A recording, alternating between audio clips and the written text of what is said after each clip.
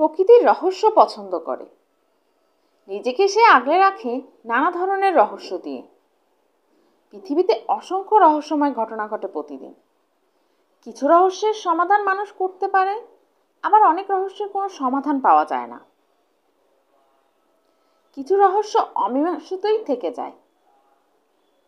এমনই এক অমীমাংসিত রহস্য সম্পর্কে আজকে আমরা জানব।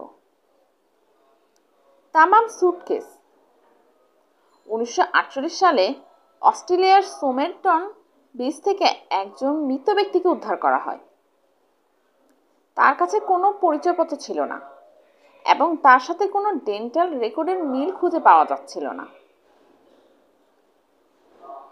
ময়নাতদন্তের রিপোর্টে বলা হয়েছে তাকে বিষ প্রয়োগ করা হয়েছে, কিন্তু বিষের কোনো চিহ্ন খুঁজে পাওয়া যায়নি। এই জটিল রহস্যের সমাধান দিতে একজন বিশেষজ্ঞকে সেই মৃতদেহ পর্যবেক্ষণের জন্য আনা হয়েছিল।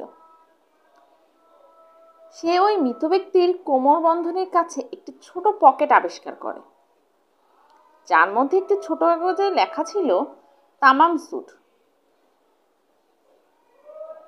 এটি ওমর খৈয়ামের রুবাইয়াত নামক কবিতা সমগ্রের শেষের কিছু শব্দ। ধারণা করা হচ্ছিল যে কাগজের ওই টুকরাটি সৈকতের পাশে রাখা গাড়ির ভেতর রাখা বইয়ের ছেঁড়া অংশ। সেই বইতে একজন নার্সের ফোন নম্বর ছিল। সেই সাথে তাতে একটি সাংকেতিক বার্তা ছিল।